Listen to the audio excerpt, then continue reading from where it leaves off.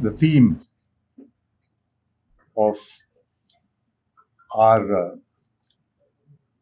literally moving from agrarian crisis to civilizational crisis couldn't be more apt, because the civilizational crisis is in your face now. When Viktor Orban, a couple of years back, I think, proudly claimed that Hungary is an illiberal democracy, we wondered whether there was such a term, because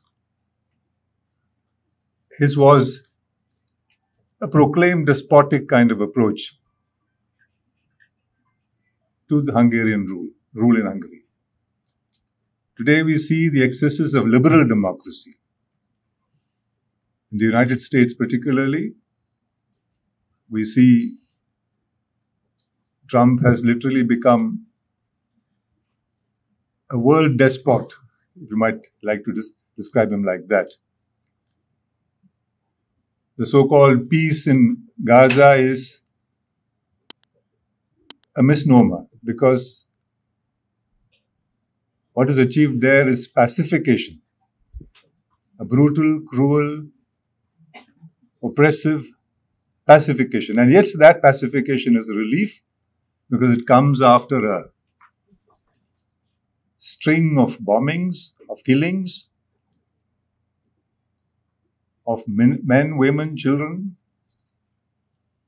about 70,000 plus and counting perhaps, of which at least 18,500 are children.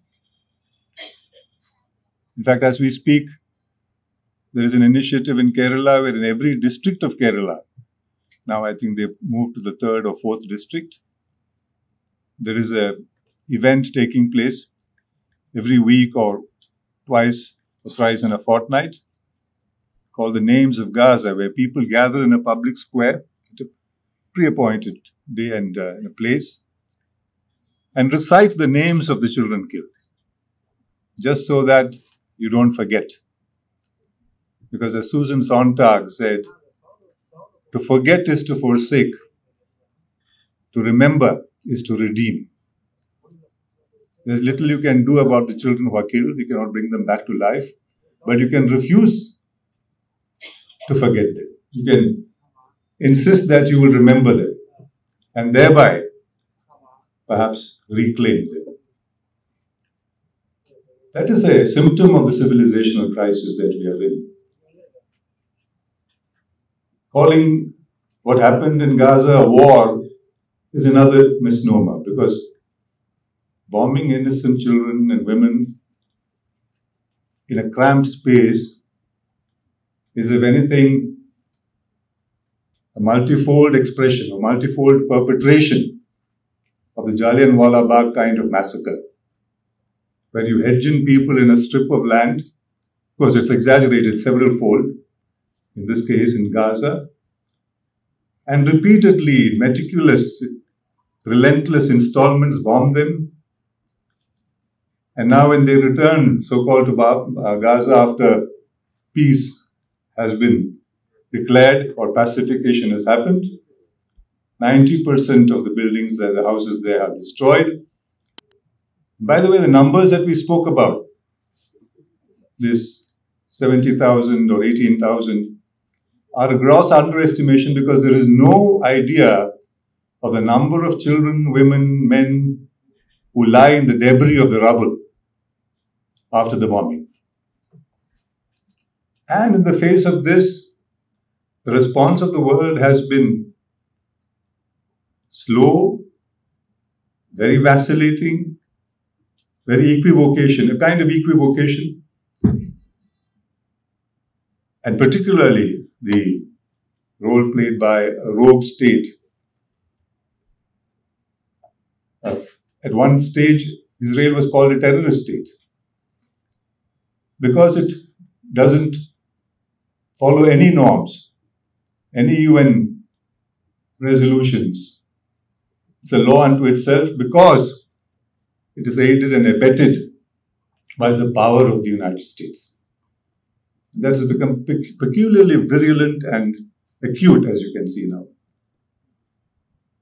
There are, of course, other symptoms of civilizational crisis because, and this I think is the flip side of a liberal democracy.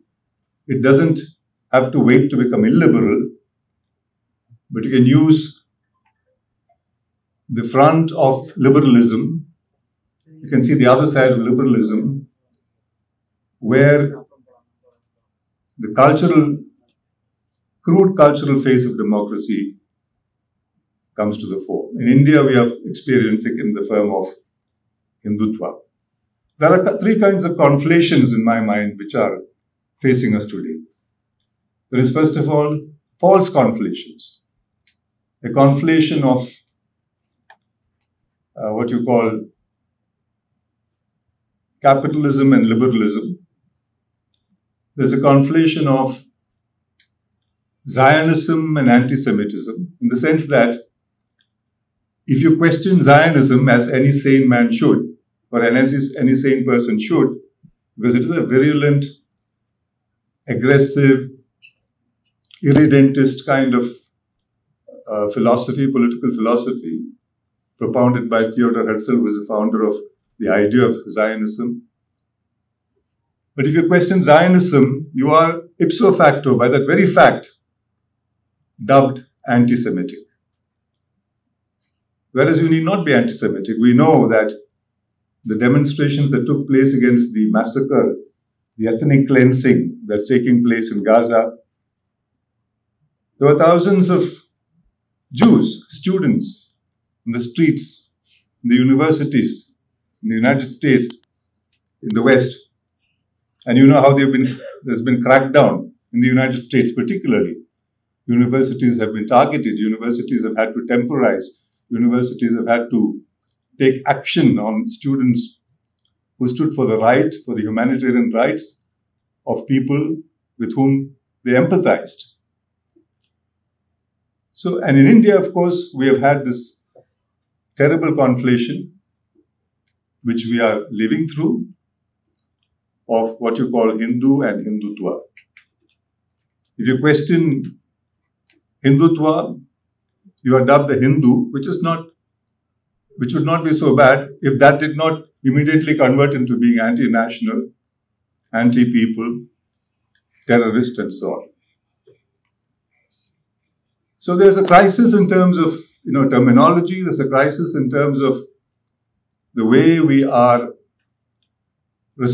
able to respond to what we thought were the given in a civilized society. All that has been upended, all that has been stood on its head. And using the same mechanisms of a democracy, of a liberal democracy, even of a constitution, there is an argument that the BJP is about to undo the Indian constitution, remove certain inconvenient clauses or rights that are given to Indian citizens and that. I would think that they may not. If you look at the history of Nazi Europe, the Weimar Republic was never touched by the Jews. They didn't need to. They could use the same constitution, the constitution of the Weimar Republic, to continue with the atrocities that they committed. The fascist forces that were unleashed there. Today, of course, the victims of those fascist forces are the oppressors, the oppressed becoming the oppressors. So these are the manifest problems of the current civilizational distortions that we see before us. And in the Indian context, it is interesting. I'll just say one last point, because today is actually, Sainath is the one who is going to propound the theme more elaborately.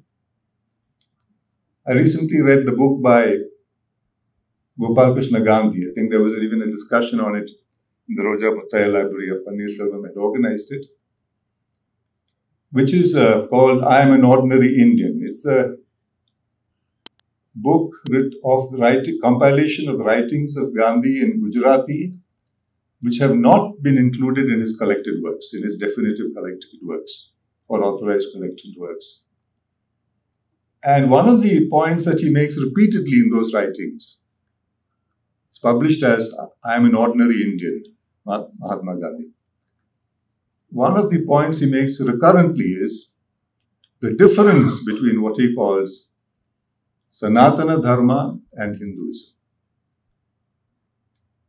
When Udayanidhi Stalin raised this in a progressive writers meeting, as we know, all hell broke loose.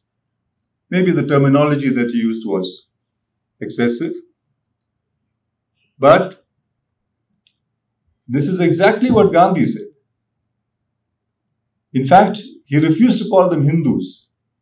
He said there are Sanatanists and there are Hindus. So we are talking about Gandhi's moral universe, right? He had this idea of Ramarajya. He's a religious man. And yet within that, he was very clear of what Hinduism is not. That it is not Sanatanism. He goes to Kerala and argues with the Nambudris there, spends days arguing with them about why Sanatanism is not what Hinduism is all about. He goes to Orissa, where the chief priest of the Jagannath temple does a dirty on him, literally, in the sense that he requests Gandhi to come and visit the temple, come to the temple. Gandhi refuses. He says, because you don't allow certain people into your temple, you don't allow Dalits, so I will not go to any such temple. And then the chief priest goes to his wife, Kasturba Gandhi, unknown to him, and gets her to visit the temple. When Gandhi hears about that, he's very upset. And as he remonstrates when these things happen, he goes on a fast for 1 week. So all these are, but these are the way the BJP and the RSS have appropriated even the idea of Hinduism is, if you like, a cultural, civilizational challenge, a crisis. And the problem is that everybody seems to be feeding into that model now. I think it's only fair to say that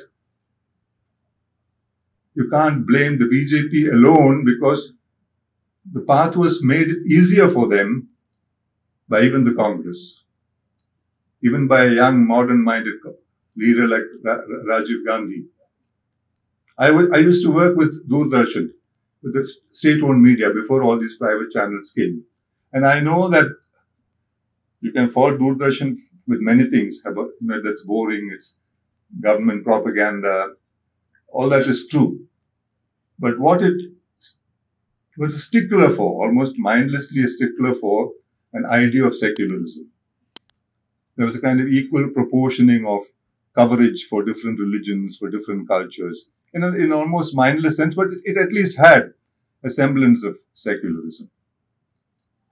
That was a body blow to that whole idea, came with this whole ritualized broadcast of the Ramayana, as you know, in 1987-88, as if it's a national ritual on Doordarshan, when all life came to a stop, Sunday mornings when it was telecast, when people would do puja before the screen, before the signature tune started, and so on. So you find that was the beginning of what then became, appeasing the Hindutva fold. And Romila Thapar has written about why this particular version of the Ramayana was chosen, the Tulsi, version of Ramayana, because it had a perceived threat of 13th century invasion by the Muslims and so on. The short point is that we have to watch out against falling into that discourse, especially when elections are around the corner. We find that even progressive-minded people or even parties tend to make allowances for adjustments that could become a tailism which you then can't undo or reverse. So these are the civilizational shifts, if you like, that are taking place as I see them. So these, I therefore think we are going through very challenging, very restless times, to say the least, where the moral compass seems to be broke, where values, secular values, syncretic values seem to be under tremendous strain and challenge. And the idea of India is sought to be vitiated, sought to be distorted, sought to be rewritten in forms that can prove very deleterious to our sense of unity, equity, and for everyone in this room, any sense of a progressive, united future that we believe in. Thank you very much.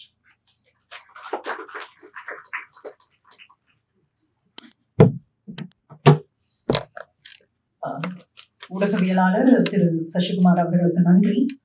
இப்போ ஒரு book release program நமக்கெல்லாம்